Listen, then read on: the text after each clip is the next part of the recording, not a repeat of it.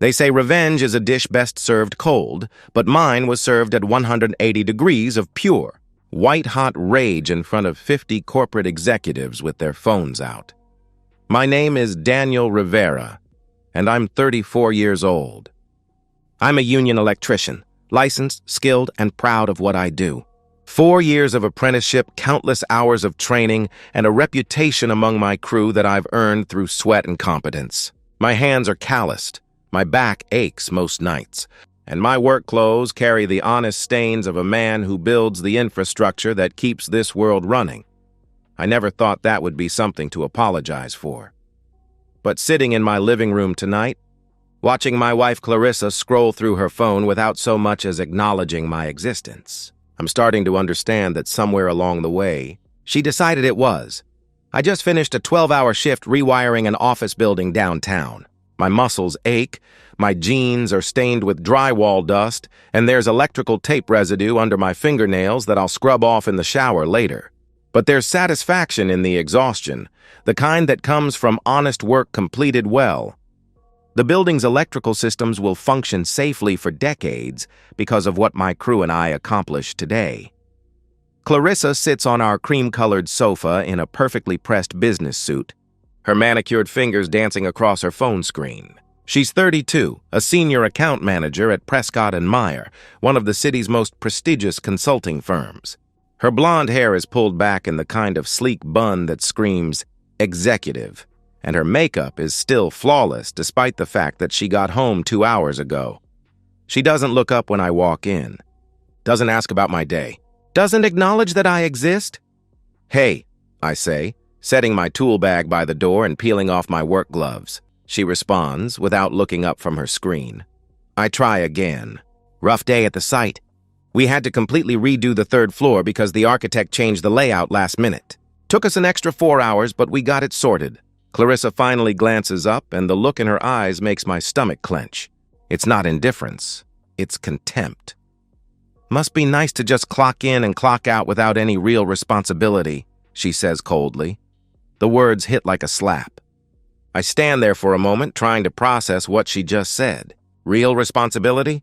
I'm responsible for electrical systems that could kill people if I make a mistake. I'm responsible for making sure families have power, businesses can operate, hospitals can save lives, but I don't say any of that. Instead, I just nod and head toward the kitchen. "I'll start dinner," I reply quietly.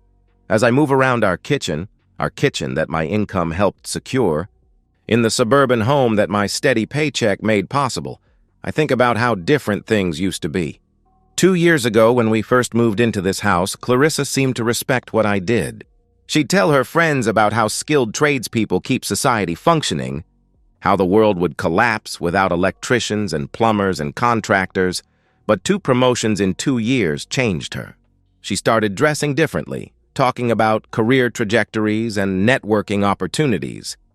She began attending after-work events she never invites me to, coming home with stories about clients and colleagues whose names I don't recognize. She started using phrases like value proposition and market penetration in casual conversation, as if the corporate jargon validated her existence. And somewhere in that transformation, she stopped seeing me as her equal. It didn't happen overnight. It was gradual, insidious. First, it was subtle comments about my salary compared to her colleagues' 6-figure incomes. Then suggestions that I was just doing manual labor while she was building strategic relationships, little remarks about how anyone can learn to wire a building, but not everyone can navigate complex client dynamics. Each comment chipped away at something fundamental between us. I tried pushing back, defending my profession, explaining the skill required, the training, the responsibility of keeping buildings safe and functional. But Clarissa would just roll her eyes and suggest maybe I should go back to school and get a real corporate job to be more like her. Tonight feels different, though. There's something final about the way she looked at me, the casual cruelty in her dismissal. As I season the chicken and chop vegetables, I realize with crystalline clarity that my wife doesn't see me as beneath her. She sees me as a failure. We eat dinner in silence. Clarissa picks at her food while responding to emails on her phone. I watch her and wonder when exactly she became this person. When did the woman who used to curl up against me on this same sofa and talk about our future become someone who can't bear to acknowledge my presence? After dinner, she disappears into our home office to finish some client presentations. I clean the kitchen, do the laundry, and handle the household maintenance that somehow became exclusively my responsibility when her career started consuming her life.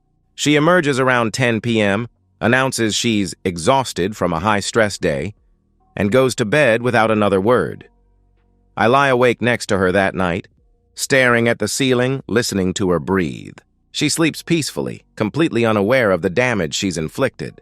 Or maybe she is aware, and she just doesn't care anymore. I didn't know it then, but that conversation was the beginning of the end.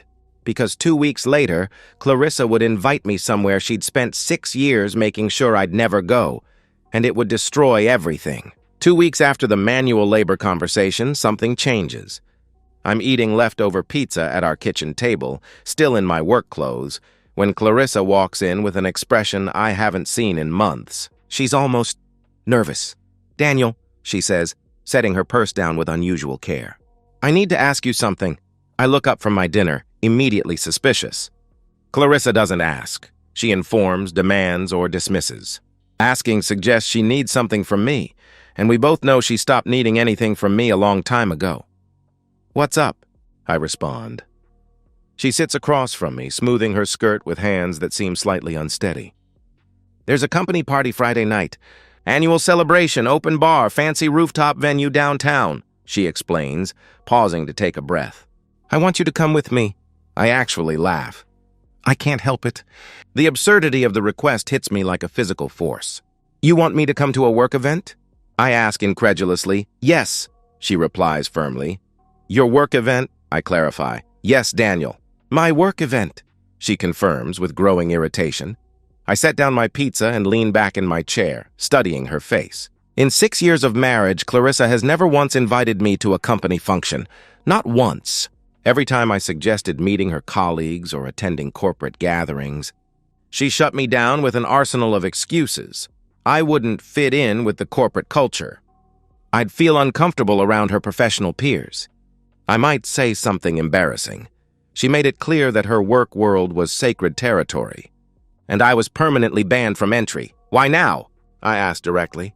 "After 6 years of telling me I don't belong in your professional world?" Clarissa's jaw tightens. "I never said that," she denies. "You said it last month when Josh from accounting invited us to his wedding." "You said I'd stand out like a sore thumb among the other couples," I counter. "That was different," she starts. "You said it when they had the holiday party at that country club. You went alone and told me I'd feel out of place with the partners and their wives." I continue. "Daniel," she tries to interrupt. "You said it when your boss got promoted and they threw him a celebration dinner. You said—" I press on. "I said it once," she snaps, her composure cracking.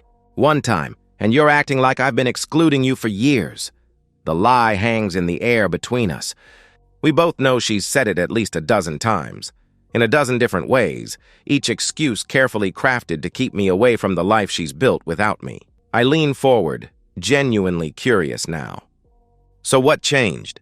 What happened to make you suddenly want your blue-collar husband mixing with your white-collar colleagues?" Something flickers across her face.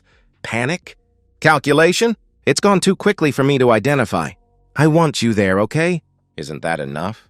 "Take it or leave it," she says defensively. Every instinct I've developed in 34 years of life is screaming that something is wrong. This isn't generosity or inclusion. This is strategy. But I'm also wounded, curious, and stupid enough to want to see what her world actually looks like. Maybe I need to understand what made her so dismissive of mine. "Fine," I say finally. "I'll go." Relief floods her features, but it's not the relief of a wife happy to share her professional life with her husband. It's the relief of someone who just cleared a crucial hurdle in a larger plan. That relief immediately transforms into control mode. "Wear your nice suit," she instructs, already back to her old self. "The navy one. And don't drink too much. You know how you get when you're nervous. Be charming, but not too talkative. Let me do most of the talking when we're in groups." I nod along, but I'm not really listening. I'm watching her face, cataloging the micro expressions that flash across her features. She's planning something. This invitation isn't spontaneous, it's calculated. Then she delivers the line that crystallizes everything. And Daniel? Don't tell people you're an electrician. Say you're in facility management or something corporate sounding. The fury that rises in my chest is so pure, so complete, that for a moment I can't speak. She wants me there, but only if I pretend to be someone else. Only if I hide the work that I'm proud of, the profession that built the life she enjoys, the skills that keep her office building powered and safe. Facility management? I repeat slowly. It's not a lie. You manage electrical facilities. It just sounds more professional, she explains. Professional? Like what I actually do is somehow unprofessional. Like the licensing, the training, the expertise, the union membership, the decades of experience. Like none of that matters because I work with my hands instead of pushing papers. I don't argue. I don't defend my profession again. Instead, I make a decision that will prove more dangerous than Clarissa realizes. I'm going to that party, and I'm telling everyone exactly what I do for a living. She can be ashamed of me if she wants, but I won't be ashamed of myself. Sure, I say calmly. Facility management. Got it. The days leading up to the party are strange. Clarissa is on edge, constantly checking her appearance, rehearsing conversations in the mirror, obsessing over details that seem wildly disproportionate to a simple work celebration. She gets her hair done professionally, buys a new dress that costs more than I make in a week, and acts like Friday night is the most important event of her life. The build-up feels wrong. This isn't excitement. It's preparation for something bigger than she's admitting. I start paying attention to things I previously ignored. Clarissa taking phone calls in other rooms, closing her laptop when I walk by, coming home later than usual with vague explanations about client dinners and strategy sessions. Working weekends she's never worked before. I don't have proof of anything yet. But patterns emerge when you know what to look for. And after 6 years of marriage, I'm finally learning to look. Friday evening arrives. I stand in front of our bedroom mirror, straightening my tie, looking at my reflection in the navy suit Clarissa selected. The man staring back at me looks respectable, professional, like someone who belongs at a corporate rooftop party. But I know better now. I'm walking into enemy territory, invited by someone who sees me as a liability she needs to manage. I had no idea I was walking into a trap.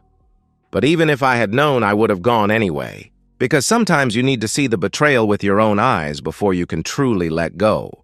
The rooftop venue is exactly what I expected, the kind of place that charges $20 for a cocktail and $50 for an appetizer, where the waitstaff speaks in hushed, reverent tones and everyone looks like they stepped out of a business magazine. Floor-to-ceiling windows offer a panoramic view of the city lights, and the decor screams expensive in that understated way that only truly wealthy people understand.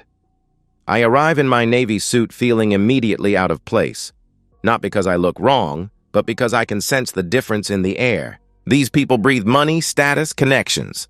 They move through the world assuming doors will open for them, expecting service, entitled to the best tables and preferential treatment. Clarissa meets me at the entrance looking absolutely stunning in a black cocktail dress that hugs her curves perfectly. Her hair is styled in loose waves, her makeup is flawless, and she's wearing jewelry I've never seen before. Expensive pieces that catch the light and whisper, "Success." She kisses my cheek quickly. A performance for anyone watching, and immediately leans in to whisper the reminder. "Remember, facility management," she murmurs against my ear. I ignore her completely. "You look beautiful," I tell her, and mean it.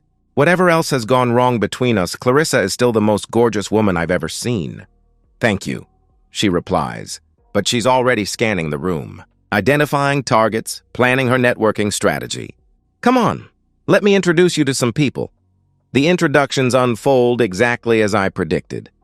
Clarissa leads me from group to group, each cluster of colleagues more polished and pretentious than the last. When asked about my work, I smile pleasantly and tell the truth.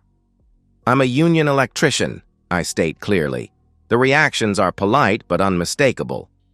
A momentary pause, a subtle shift in body language, a quick glance at Clarissa that says, "Really? This is what you married?" Then they turn back to her with renewed interest, steering conversations toward quarterly projections, client acquisitions, and market expansion strategies that exclude me by design. I don't care.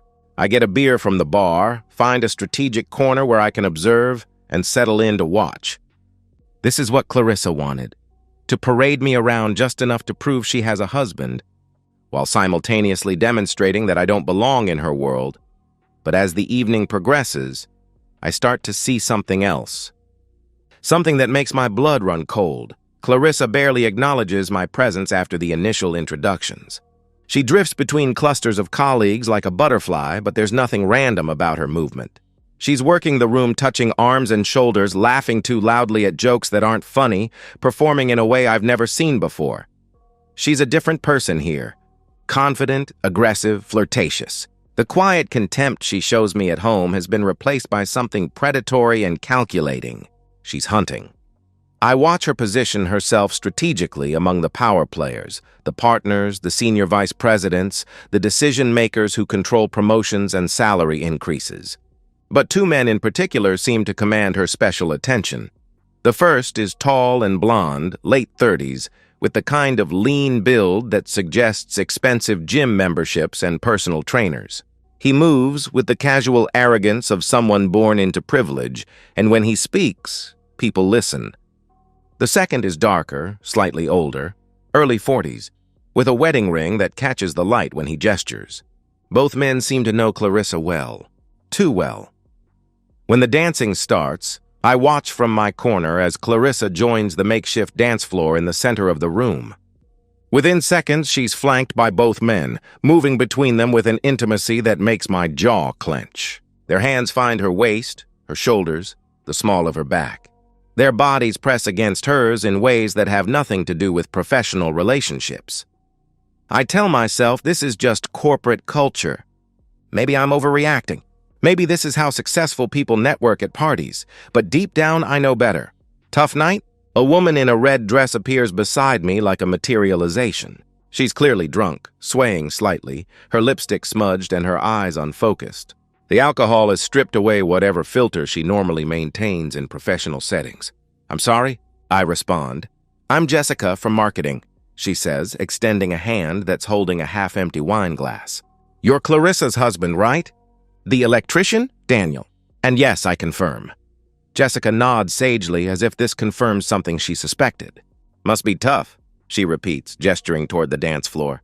"What do you mean?" I ask. She looks at me with the kind of pity usually reserved for terminal cancer patients. "Watching Clarissa with Preston and Henry like that," she explains matter-of-factly. My heart stops. "Preston and Henry?" I manage to ask. "Preston's her boss," Jessica continues without thinking. "Henry is VP of Client Relations. Everyone knows she's been sleeping with both of them for months. They pass her around at these events like some kind of party favor. The world tilts. Everything, the music, the laughter, the clinking of glasses becomes background noise to the roar in my ears. I look back at the dance floor, but Clarissa, Preston, and Henry are gone. All three have disappeared while I was talking to Jessica. Jessica starts, suddenly realizing she's said too much. "I probably shouldn't have. I'm pretty drunk." "Sorry," she mumbles, drifting away with a sympathetic smile, leaving me alone with the knowledge that's just destroyed my marriage.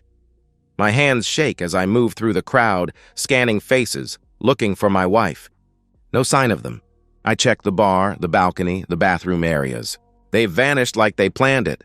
Then I hear it, faint but unmistakable, coming from down a hallway marked "Private, Staff Only," moaning. Clarissa's voice, breathless and urgent, punctuated by deeper masculine sounds. My vision narrows to a tunnel. My hands shake as I pull out my phone, open the camera app, and hit record. I don't think about consequences or legality or what happens next. I just move down that hallway toward the sound of my marriage disintegrating. The office door is closed but not locked. I don't knock. I don't hesitate. I don't give them a chance to stop or hide or make excuses. I throw the door open with enough force to slam it against the wall. The scene is worse than anything I could have imagined. Clarissa is naked on a mahogany desk, positioned between both men, frozen in shock as camera light floods the room. For a split second that feels like eternity, nobody moves. The tableau is obscene, undeniable, permanently captured on video. Then Clarissa screams. The men fumble for clothes that are scattered across the floor. And my rage explodes like a dam bursting. What happened next wasn't planned. It wasn't strategic. It was pure primal fury, and it was caught on camera for the whole world to see. I don't think. I don't calculate. I don't weigh consequences. I just act. Preston is closest, still half-naked and pathetically trying to cover himself with a folder. He's Clarissa's boss, the one who should have known better, the one with the most power in this sick dynamic.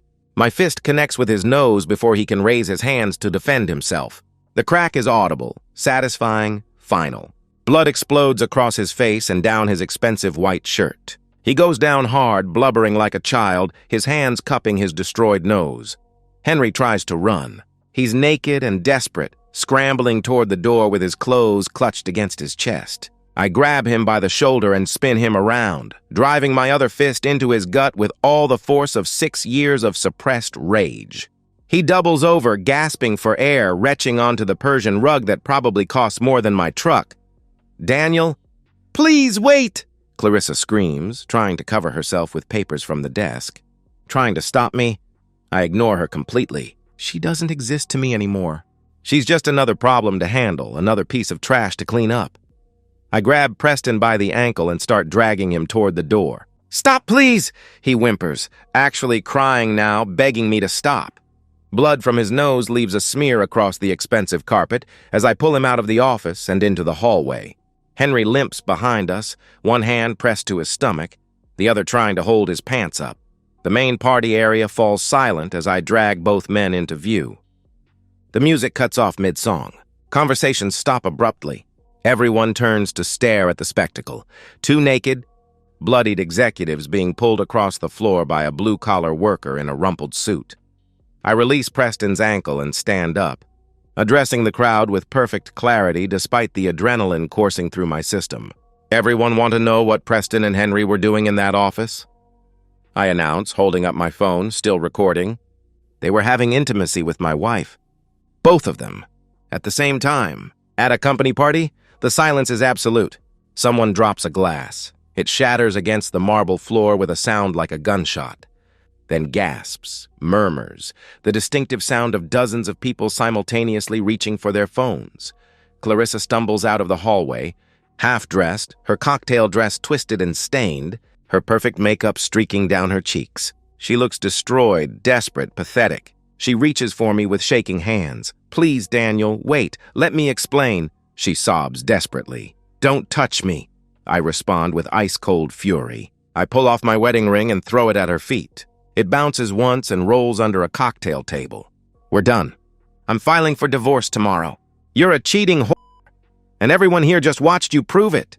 Clarissa collapses to her knees, sobbing, trying to gather the fragments of her dignity. Several women in the crowd turn away in disgust. The men stare with the kind of fascination usually reserved for car accidents. I address the crowd one final time, my voice carrying to every corner of the silent room. I got the whole thing on video, every second, for the lawyers. Then I walk out, leaving carnage behind, my sobbing wife, 2 bleeding executives, and a room full of people already pulling out their phones to capture the aftermath for social media. The elevator ride down feels like a descent through layers of my former life. Each floor represents another piece of the marriage I'm leaving behind. The parking garage is mercifully empty. I sit in my truck for several minutes, hands gripping the steering wheel, trying to process what just happened. My phone buzzes. Text from Clarissa. Please come back. We need to talk. Another buzz. I can explain everything. Another. Please don't do this. I block her number. The drive home is a blur of city lights and rage. By the time I pull into our driveway, I've made a decision. Clarissa is not stepping foot in this house again. This is my sanctuary now, and she's forfeited any claim to it. I call an emergency locksmith. Within 2 hours, every lock is changed. Clarissa's key is worthless. While I wait for the locksmith to finish, I call Raymond Torres, a divorce attorney my union rep recommended after his own messy split. Raymond, this is Daniel Rivera. I need to meet tomorrow morning at 9, I tell him when he answers. What's the situation? He asks professionally. Caught my wife cheating. Got it on video. Both guys, same time at her office party, I explain bluntly. Send me the video immediately, he responds without hesitation. His reply comes 20 minutes later. This is airtight. She gets nothing. See you at 9 a.m. I spend the next hour methodically packing everything Clarissa owns. Clothes, shoes, makeup, jewelry, her laptop, personal items, family photos, everything goes into black trash bags. I'm not angry anymore. I'm efficient. Each item represents a piece of our shared history that I'm permanently discarding. When I'm finished, I drag all the bags to the front lawn and pile them by the curb next to the actual garbage cans. The symbolism is deliberate and unmistakable. My phone has been buzzing constantly, Clarissa calling from different numbers, trying to reach me. I ignore every call. Around midnight, she starts showing up in person, pounding on the door, begging me to let her in. I turn off all the lights and wait for her to leave. By Saturday morning, the video has taken on a life of its own. Someone at the party, probably Jessica from marketing, posted their cell phone footage on social media. The clip shows Clarissa stumbling out of the office half-dressed, me throwing my wedding ring, the bloodied executives trying to cover themselves. It's gone viral. The view count climbs throughout the morning. Thousands become tens of thousands, then hundreds of thousands. Comments flood in. Imagine cheating at a company party. Those executives got what they deserved. The husband is a legend. This is why you don't mess with blue-collar guys. Local news outlets pick up the story by Sunday. Corporate scandal, consulting firm executives caught in affair. Prescott and Meyer's PR team scrambles to control the damage. But there's no containing this kind of public humiliation. By Monday morning, the company issues a terse statement. Effective immediately, Clarissa Rivera, Preston Williams, and Henry Carter have been terminated for conduct violations and breach of company ethics policies. All three fired, careers destroyed, reputations obliterated, professional references permanently poisoned. The viral video has made me a folk hero. Complete strangers recognize me at the hardware store and offer to buy me coffee. My union brothers treat me like a legend. The local news wants interviews, but I decline. This isn't about fame, it's about justice. I thought it was over. I thought the public humiliation, the firings, the viral video, I thought that was enough. But Clarissa had one more move left, and I had one final truth she needed to hear. Tuesday afternoon, 3 days after the party, Clarissa appears at my front door.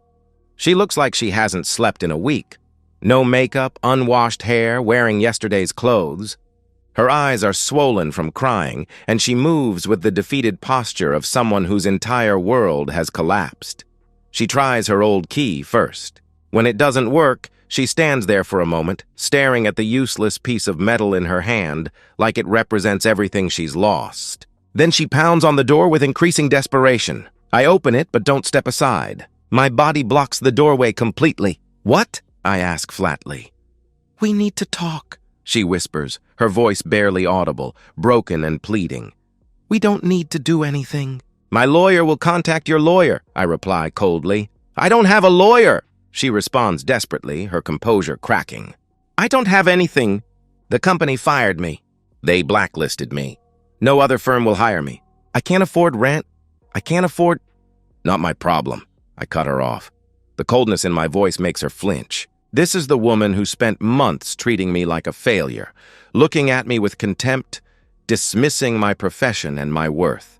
Now she's standing on my doorstep like a beggar, asking for mercy from the man she betrayed. She tries to push past me into the house, our house, the life we built together. I don't budge. Please, she pleads. Just let me explain. Explain what? That you've been sleeping with 2 guys behind my back for months? That you brought me to that party to humiliate me while you disappeared with your lovers? What exactly needs explaining? I demand. Clarissa crumbles, sinking onto the front steps, sobbing with the kind of raw desperation that might have moved me a week ago. But that was before I saw her naked on a desk between 2 executives. Before I learned that everyone at her company knew what she was doing. Before I realized our entire marriage was a lie. She tries every angle she can think of. It was a mistake. It didn't mean anything. She got caught up in corporate politics and power dynamics. Preston promised me a promotion if I slept with him, then Henry got involved, and it spiraled out of control, she explains frantically. I never meant for it to happen. I'm in therapy now. I understand what I lost. I love you. I'll do anything to fix this. I listen without expression, letting her exhaust herself with excuses and justifications and desperate promises. When she finally stops talking, I deliver the truth she needs to hear. So you're a cheating woman, and you were prostituting yourself for a promotion. That's even worse, I state matter-of-factly. Don't call me that, she protests. You had intimacy with 2 guys at once at your office party while your husband was in the next room. What else would you call it? I ask bluntly. She sobs harder, trying to explain corporate culture and networking and the pressure to advance her career. I forgot what really mattered. I lost sight of our relationship. I made terrible choices, but they don't define who I really am, she pleads desperately. Me, I interrupt. I'm what really mattered. Our marriage, our vows, our life together. And you threw it all away because I'm just a blue-collar worker who does manual labor without real responsibility. She denies it weakly, but we both know every word is true. I point at the trash bags lined up on the curb like refuse waiting for collection. Your stuff is right there. Take it and leave, I command. Where am I supposed to go? She asks desperately. Call Preston or Henry. Oh wait, they got fired too. And Henry is married, so his wife probably isn't feeling too charitable right now. Guess you'll figure it out, I reply without sympathy. Clarissa makes one final attempt to reach me emotionally, sobbing about the years we spent together, the love we shared, the future we planned. But I'm done. I've heard enough lies to last a lifetime. If you're not off my property in 5 minutes, I'm calling the police for trespassing, I warn her. She staggers to the curb and starts loading the trash bags into her car, one at a time, crying the entire time. Neighbors watch from windows and doorways, some with obvious satisfaction, others with the kind of uncomfortable fascination that public humiliation always generates. When she's finished loading her belongings, she turns back one final time. I loved you, Daniel, she says through her tears. I deliver the killing blow. No, you loved what I provided. You loved having a stable home and reliable income while you climbed your corporate ladder. You loved the security of a marriage while you messed around with executives. But you never respected me. And without respect, love doesn't mean shit. I close the door and lock it. Through the window, I watch her drive away, taking nothing of value and leaving behind a marriage that should have lasted forever. The divorce proceedings move forward with ruthless efficiency. My video evidence makes Clarissa's adultery undeniable. The prenuptial agreement she insisted on 6 years ago, designed to protect her career assets, now protects me instead. I keep the house, my truck, my retirement accounts, everything we built together. Clarissa gets her personal belongings and nothing else. 3 months later, the divorce is final. The papers are signed, the assets are divided, and Clarissa Rivera is officially erased from my life. I sit in my kitchen that evening, in the house that's finally mine alone, drinking a beer and reading the final decree. It's quiet, peaceful. For the first time in years, I feel like I can breathe. 3 months later, the divorce was final. The video had made me a folk hero. Clarissa was radioactive.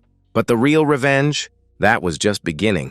3 months post-divorce, my life has stabilized beautifully. The viral video made me a minor folk hero. My union brothers treat me like a legend. Strangers recognize me at hardware stores and buy me coffee.